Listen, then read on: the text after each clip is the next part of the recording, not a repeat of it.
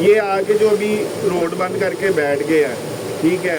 اور یہ کہہ رہا جی فلسطینیوں کی ہیلپ کرو، میں بڑا اچھا بندہ، یہ انتہائی بدتمیز دین فروش لوگ ہیں یہ۔ انہوں نے آپ کو کبھی نہیں کہنا کہ قرآن کھول کے پڑھیں، انہوں نے آپ کو تاریخ میں الجھائے رکھنا ہے کہ اس دیکھیں 6 کتابیں ہماری ہو گئیں احادیث کی، 4 فقہ جعفریہ کی ہو گئیں، اور یہ وہ تو فقہ جعفریہ کی سائڈ پہ رکھیں، 6 جو ستہ ہے ہماری، میرے نبی پہ میں قربان جاؤں، اللہ تعالیٰ ہمیں ان کے نقش قدم پہ چلنا نصیب فرمائے۔ میرے نبی صلی اللہ علیہ وسلم نے فرمایا کہ جو حدیث تم تک پہنچے اور وہ قرآن سے میچ کرے تو ایکسیپٹ کرنا، اگر نہ پہنچے تو اس سے نہ میچ کرے تو اس کو ریجیکٹ کر دینا۔ یہ تھا لٹمس ٹیسٹ۔ ان ہماری 6 کتابیں ستہ ہیں، بخاری، مسلم، ابن ماجہ، ترمذی، ابن داؤد، یہ ساری کتابیں ہیں، ٹھیک ہے، اور ان میں بے تحاشا ہزاروں کے حساب سے احادیث لکھی گئی ہیں، اور کچھ احادیث، ہر حدیث کے نیچے یہ لکھا ہوا ہے کہ ایسا ہی ہوا ہوگا، یعنی کہ لکھنے والا یہ لکھ رہا ہے کہ یار یہ میں نے ان سے سنا، انہوں نے اپنے ابو سے سنا، انہوں نے اپنے دادا سے سنا، ان کے دادا سے سنا، کیونکہ پہلی کتاب جو ہماری احادیث کی لکھی جا رہی ہے وہ بخارا کے رہنے والے تھے، انہوں نے 280 سال بعد حضور صلی اللہ علیہ وآلہ وسلم کے وصال کے 280 سال بعد لکھی، تو 280 سال تک کیا کون سا دین چل رہا تھا؟ بات کرنے کی یہ ہے کہ ہم ان کو بھی دونوں ہاتھوں سے سلام کرتے ہیں، وہ لوگ بھی، انہوں نے بھی محنت کی ہے، لیکن یہ جو مولوی حضراتوں نے یہ دھندا کھولا ہوا ہے، یہ آپ کو آج بھی سچ نہیں بتا رہے ہیں، انہوں نے آپ کو انہی احادیث میں رکھنا ہے، مشغول جو آپس میں انٹریکٹ کرتی ہیں، ٹھیک ہے۔ اب دیکھیں میں آپ کو ایک مثال دیتا ہوں، سنی کہتے ہیں جی نیچے بھی ہاتھ مارنا ہے، ان کے پاس بھی ایک اتھینٹک حدیث ہے، اہل حدیث کہتے ہیں ہم نے ادھر ہاتھ مارنا ہے، ان کے پاس بھی اتھینٹک حدیث ہے، مالکی کہتے ہیں ہم نے ہاتھ چھوڑ کے نماز پڑھنی ہے، ان کے پاس بھی ایک اتھینٹک حدیث ہے۔ تو میرے بہن بھائیوں، دوستوں، میری قوم، ان مسئلوں سے نکل آئیں،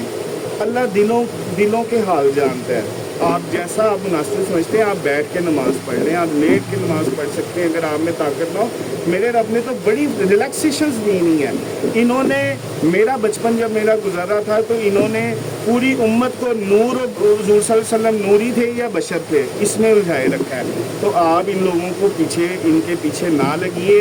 قرآن کھولیے، ایک ڈیلی نہیں تو ہفتہ صحیح، ہفتہ نہیں مہینے میں ایک آیت پکڑ لیں، ایک آیت، اور اس کا ترجمہ پڑھ لیں، صرف ترجمہ، تفسیر نہیں ہے، تو ہمارے حالات بڑے بہتر ہو سکتے ہیں۔ اللہ تعالیٰ نے بڑی سمپل بک بنائی ہے، بہت کلیئرلی ہمیں میسیج دیے ہیں کہ ہم کیا کریں گے تو عزتیں ہمارے پاس ہیں اور ہم غالب رہیں گے، اور ہم کیا کریں گے ایسا جس سے ہم ذلیل و رسوا ہو جائیں گے، یہ قرآن کریم میں مینشن ہے،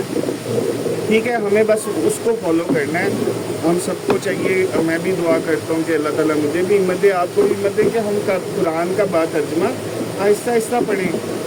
پڑھ کے کوئی ثواب نہیں مل جانا، اس آیت کو جو سمجھا ہے اس کو اپنی زندگی میں لائیں، تو کافی چیزیں بہتر ہوں گی انشاءاللہ العزیز۔ اور ان کی بھی یہ جو دین میں تو ہے ہی نہیں مذہب فروشی، یہ تو پیشہ ملا کا پیشہ، ہر مسلمان پہ فرض ہے کہ وہ جماعت کرا سکتا ہو، وہ اپنی بیٹی کا نکاح پڑھا سکتا ہو، وہ اپنے کسی عزیز کا نماز جنازہ پڑھا سکتا ہو، مسجد میں جائے تو امامت کر سکتا ہو۔ یہ تو پیشہ ہم لوگوں نے کریٹ کر دیا، کیونکہ ہم نے کہا کہ ہم تو چلے گئے MBA کرنے، سائنس UET سے پڑھنے، لم سے پڑھنے، گورنمنٹ کالج سے پڑھنے، لیکن ہم نے قرآن کو نہیں پڑھا، اس کے لیے ٹائم نہیں تھا، وہ ہم نے ان کو ہائر کر لیا، یہ جو ہمیں بتائیں گے تو وہ صحیح ہوگا۔ تو آج یہ لوگ آ کر نیا ورژن جو مولویوں کا ہے یہ آ کے بتا رہا ہے پہلے والے غلط تھے، اب نئی جدت آ گئی ہے، اس کو سنیں، ہمیں سنیں۔ شاید بات لاجیکلی آپ بھی سوچیے گا، اگر کچھ برا لگے تو معاف کیجیے گا۔ اللہ تعالیٰ ہم سب کا حامی و ناصر، اور پاکستان زندہ باد۔ انشاءاللہ ہمارا ملک بڑے رائٹ ٹریک پہ ہے، ٹھیک ہے۔ یہ آپریشن جو ہے نا کینسر کا مفت کر دیا خان صاحب نے، ان کا بھی، تو یہ اب چاہے جو مرضی کر لیں، انہوں نے جو حرکتیں کی ہیں ان کی جنگ اللہ سے ہے، آپ بس تماشا دیکھیں، ثابت قدم رہیں ایمان پہ۔ اللہ حافظ، اپنا خیال رکھیے گا۔